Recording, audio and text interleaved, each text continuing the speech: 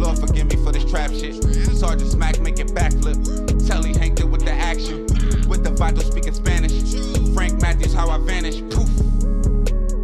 Came back like I'm King Tut. Gold BBS is on a beamer. When Fat Cat was 10 queens up. Ball off the profit, not the re-up. Fly like Puerto Rican Jesus. Uptown like I'm Baby May. Just caught a touchdown from the Bay. Federal authorities indicted the group of 12 in a racketeering conspiracy, a violent drug enterprise responsible for at least 10 murders. The number one name at the top of this indictment is Montana Barronette. The mother of one victim told the court Montana Barronette is the devil's child. Nobody can be that evil.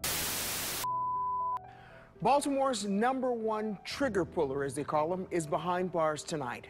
Montana Barronette is charged with murder and could have ties to 10 to 12 other homicides. Baltimore Police Commissioner Kevin Davis says Barronette was part of a subset of the BGF gang called Train to Go.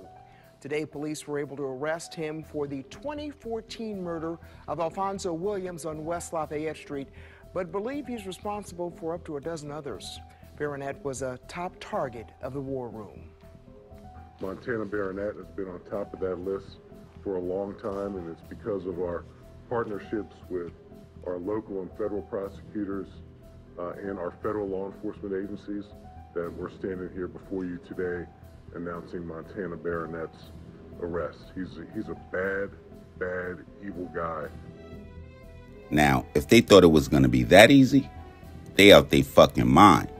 So, going back all the way to 1977, up until now, 2017 would be one of the city of Baltimore's most deadliest years, with that year ranking in the top 5 for homicides throughout that time period, with a whopping 344 killings.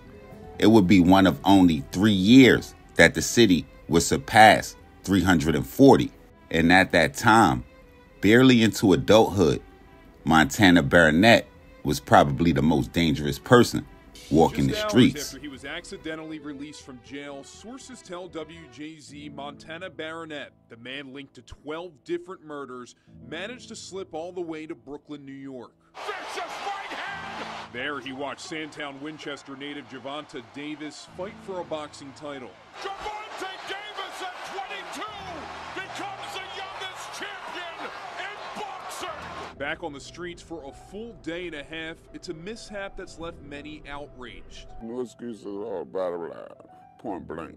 They shouldn't have never let him out of there. Thought to be a member of the notorious BGF, Barronette was arrested back in August, dubbed the #1 trigger puller by Baltimore City Police. There is only one Montana Barronette in the city, and he's now locked up. But on Saturday morning around 3 a.m., the 21-year-old was accidentally released from central booking. Barronette was known to frequent the Sandtown, Winchester area. The police commissioner even went on to say that he terrorized these communities. The Department of Correctional Services says Barronette was indicted by the FBI, so the state dropped its charges, adding the employees who released him were not aware of the indictment, and the two have been suspended.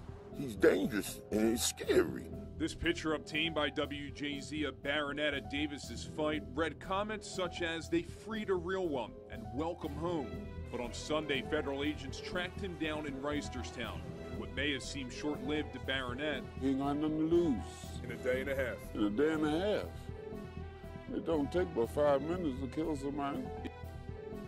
Shit, with how the government was painting this nigga out to be, more like 2 seconds.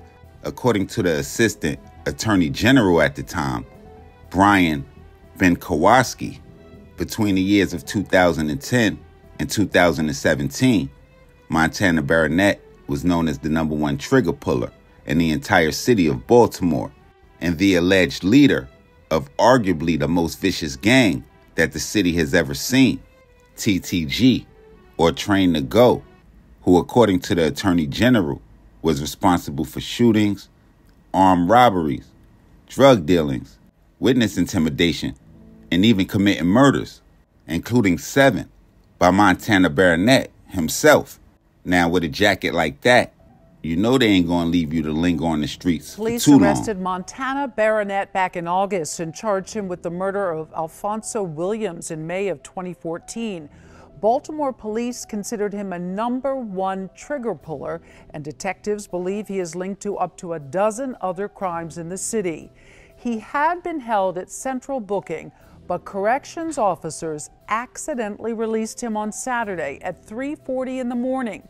Barronette was indicted by the FBI, and the state dropped its charges against him, which is protocol. Booking center employees were not aware of the federal indictment, so he was let go. Federal agents took him back into custody Sunday at 6:40 p.m. in Reisterstown. 2 booking center employees have been suspended, and the department is investigating. Live in the studio, Deborah Wiener, WBAL. And developing now, drug gang takedown. Jurors find 8 members of a notorious West Baltimore heroin operation guilty. That includes a man police once called Baltimore's #1 trigger puller. Montana Barronette committed 8 murders in less than 2 years. Yes, he was one of the leaders of the gang known as Train to Go, and he now faces life in prison. WJZ investigator Mike Helgren is live at the federal courthouse where he spoke to the U.S. attorney about his victory there. Mike. Rick, this was part of the War Room effort, a joint effort between federal investigators and city police targeting the worst gangs. Security was stepped up here today as the verdict came down. Jurors found Montana Barronette guilty of 7 murders. He was the muscle behind the Train to Go gang that prosecutors say terrorized West Baltimore and recruited children as part of their heroin operation. U.S. Attorney Robert Hur told WJZ it's not just a victory for federal prosecutors. This is a really good day for the city of Baltimore. This particular group of defendants that was just convicted on federal charges here was responsible for a staggering amount of violence. 2 years ago, then Police Commissioner Kevin Davis dubbed Barronette the city's #1 trigger puller. Barronette is very good at his craft. His craft is killing. Yet after Barronette's initial arrest, he was mistakenly released from central booking and posted on Instagram from New York, where he watched West Baltimore native Gervonta Davis in a boxing match. Authorities quickly took Barronette back into custody and suspended 2 central booking workers.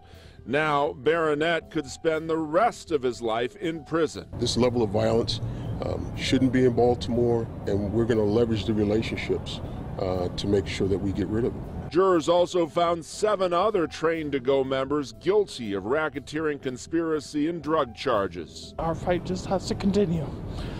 And do you believe that he was part of a drug conspiracy? I don't. Security was tight at Baltimore's federal courthouse as the jurors rendered their verdict. The case relied on numerous witnesses, some of whom feared for their lives and accepted government payouts of more than $10,000 to relocate from Baltimore. Prosecutors say Barronette and the Train to Go gang were known for threatening the lives of rivals, suspected police informants, anyone who interfered with their lucrative heroin trade. And today, the U.S. Attorney praised prosecutors and police for getting those reluctant witnesses to come forward. Police had once called Barronette the poster child for repeat offenders.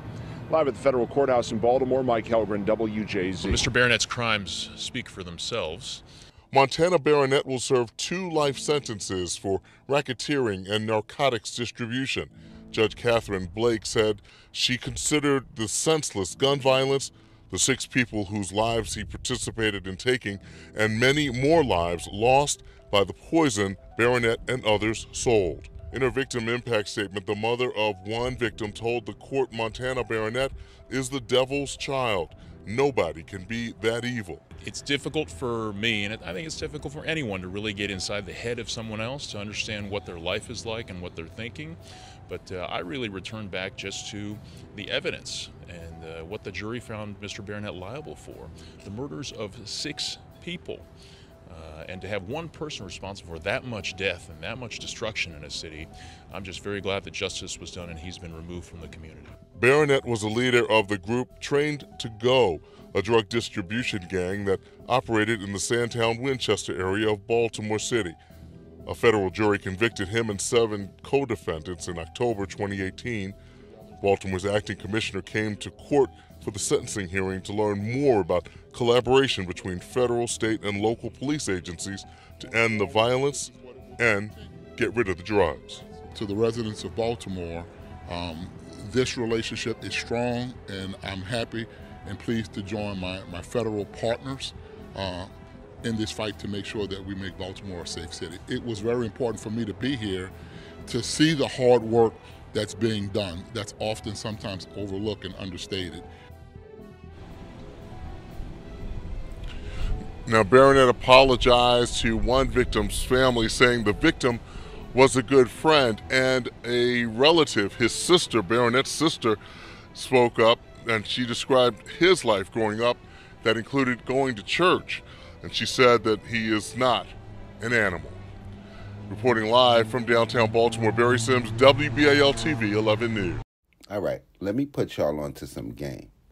When you're a mid-20-year-old black dude and a 60-something-year-old white dude who Wikipedia describes as an American journalist and writer who happened to be a national correspondent and longtime contributor to a publication known as The Atlantic that was founded in 1857, where the covers normally feature politicians like Mitt Romney and former presidents like Donald Trump and Barack Obama, and regularly covers domestic terrorism, with other covers like How ICE Went Rogue and What ISIS Really Wants, doesn't write an article on you, but writes a book, who, might I add, also wrote books on some of the most notorious figures in history, guys like Pablo Escobar and the Ayatollah Khomeini from Iran, as well as bin Laden himself, tells you exactly what it means to be named the #1 trigger puller in a city like Baltimore that has grown to be known to be full with trigger pullers. Yo, what up though? Shay's Popalot. Salute the almighty mob. We in one of the cities where this shit started at.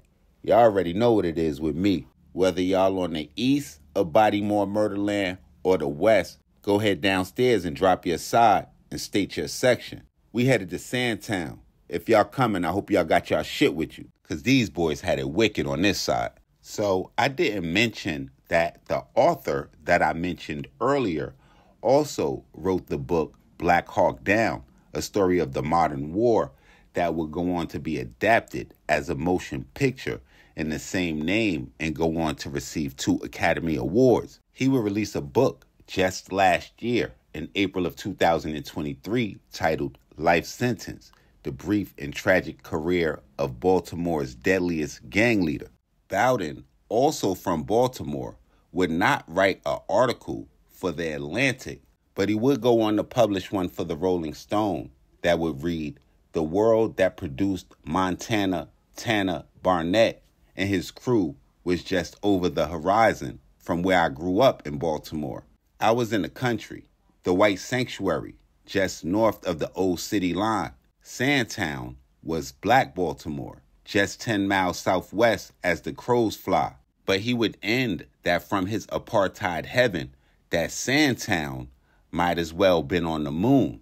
Now, Montana Barronette, or Tanner, who was only 23 years old when he was convicted in February of 2019, court documents would detail that for 7 years, Montana Barronette, who would be about 28 today, would terrorize the streets of West Baltimore, with authorities pointing to a specific time in between 2010 and 2017, with them implicating that he was the, quote, #1 trigger puller in the city at that time.